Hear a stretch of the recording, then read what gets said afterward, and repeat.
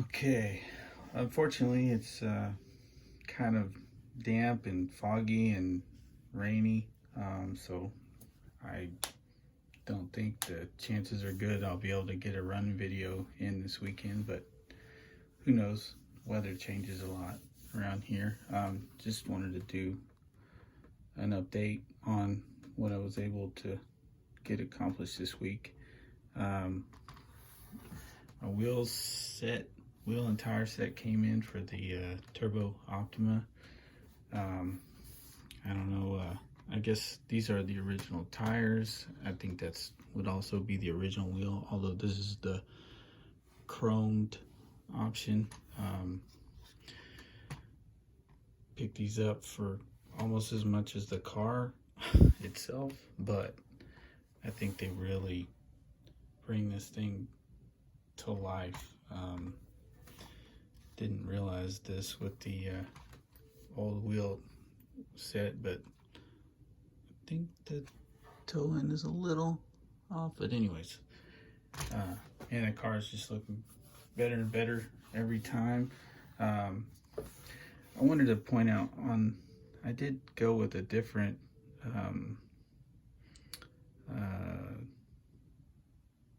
rod set here on the top versus the original. Not because these are stronger, which I'm sure they are actually, but just because the old I guess ball ends were stripped out, at least on one side, so I couldn't really run it like that. But anyhow, those seem pretty beefcake, so I'm gonna let those be. The rears are the original. There's a set on eBay for like 20 bucks. I may go back and put those in, but we'll see. Anyhow, love those wheels on that car.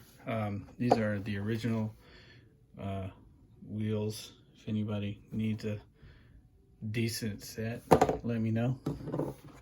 Might send them out, or I'll save them for a runner. This is my toothbrush. I used this toothbrush a few nights ago to clean all, I disassembled everything and cleaned all the mud and grease out.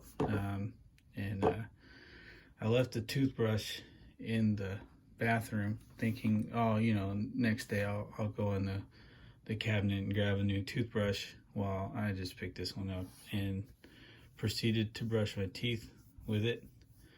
Then I thought, well, since I did it once, I guess it's clean now. So anyways, this is I don't know if you guys have ever done that before. I think I've done that before actually, but anyhow, if you use your toothbrush to clean your RC car parts, make sure you take your toothbrush out of the bathroom. Okay, so next thing, you've seen this car before. I promised I was gonna try to do some running videos on at least two of these Yokomos. I think I'll go with this one first. And I know this is hilarious, or sad. I mean, however I'm pretty sad about it. But I soldered up these cells last night, and I did a horrendous job. I don't know if you can see that. You could easily shock the living shit out of yourself if you're fumbling around in there. Gotta sort this out. That is not near enough protection for that wire there. It's almost touching the spur gear, so gotta figure that out. But anyhow, I think I'd made a saddle pack set in the past. I don't know what I did different at that time. I seemed to have better luck with it that first time. But anyhow, it's functional. It took a charge last night. That's all 7 of them in there. At least I'll be able to run the car. This wouldn't, obviously it wouldn't survive on the racetrack like this. I'm looking for some shrink tube, and I may go back and solder these the way you're supposed to solder them. I wasn't too sure about these tabs whether, you know, they came in the package kind of, here's the battery, these tabs were bent over like that. I guess that's standard. And I couldn't figure out if I could bend them over the other way without snapping them. I didn't want to take the chance, so I just did it this ugly way. Anyhow, maybe you guys got some pointers on how to solder up a pack. I should have watched some YouTube videos, but yeah, we'll be able to run this thing as soon as the weather clears. I'll not too sure, but maybe be able to take the ESC out of the YZ10 and swap it in here and get a steering servo, obviously. But yeah, getting closer. Don't solder your battery packs like that. I guess finally this guy is back together. This is the Radiant. I'm probably sick of seeing this, but it is ready to go now. I last weekend, I think, well, Monday, I went out to drive it. It was all ready, or so I thought. Sat it down in the grass. I mean, I'd kind of run it in the living room on the wood floor, and it did okay. I didn't notice anything, but as soon as I got it out in the grass, hit the gas, it wouldn't go anywhere. It was like just slipping. Everything inside was slipping. I thought maybe, you know, maybe this guy was slipping around, but it wasn't. And then not knowing too much about the discs in this car, I was like, well, that's almost impossible. Those aren't like, it turns out that they're ball discs. Yeah, I can't really see down in there, but they're ball discs, front and rear. And I'm not sure if the previous owner built the car up just solely so that it could sit on the shelf, because the thing is, I assume there was a lot of lightweight oil kind of all in this bottom, I guess you'd call it a protective, this whole piece right here. There was just oil all inside on top of that, oil in here under the gearboxes front and rear. And I assumed, kind of seems done now, but I assumed that all that oil had come leaked out of the shocks. That's kind of retarded. Oops, that's not a good word, sorry. No offense.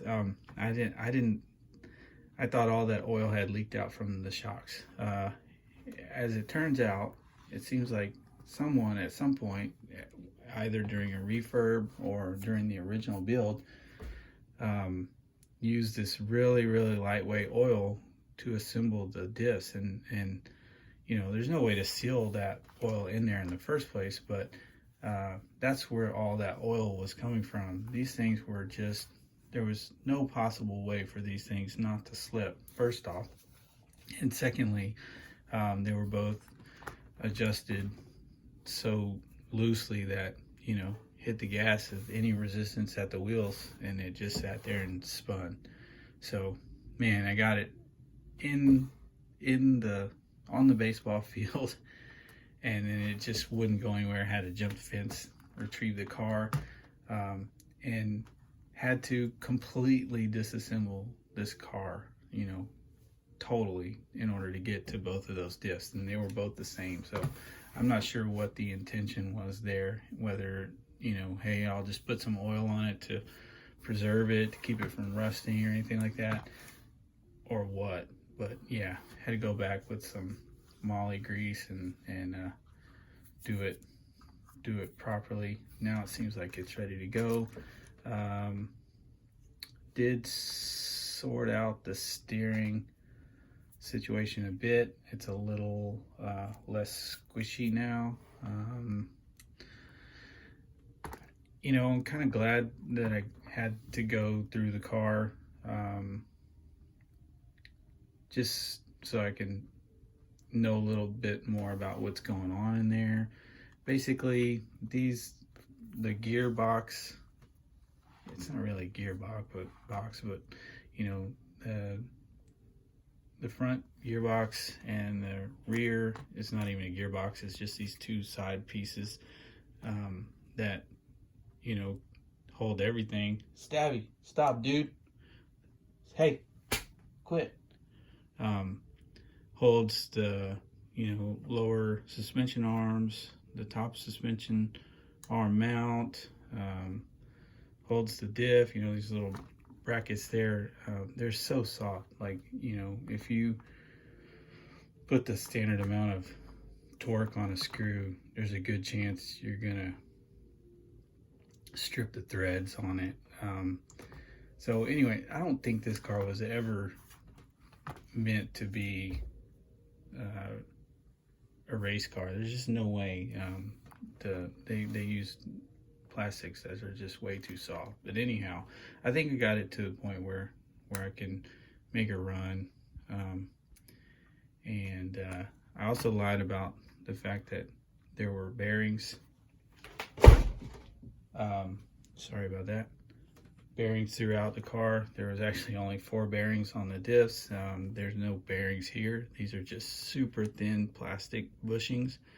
I don't know what size that is, so I'll have to try to source something there. I mean, it's really smooth, but that's just, I can't believe they would go with something so thin and flimsy for